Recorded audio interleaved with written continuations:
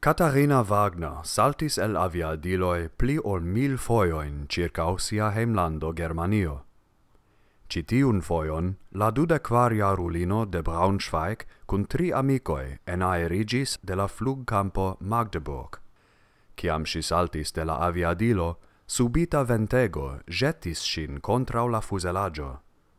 Tio vundis sian ŝultron tiel severe, che si ne povis usi sian bracon por tiri la schnuron, por malfermi sian parashuton.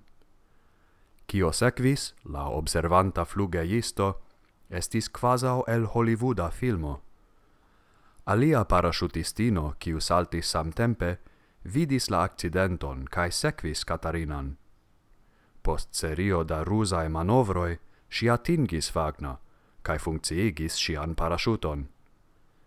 Tamen, ne povante stiri sin, Katharina trafis lampfoston antau ol surterigi sur autovojo.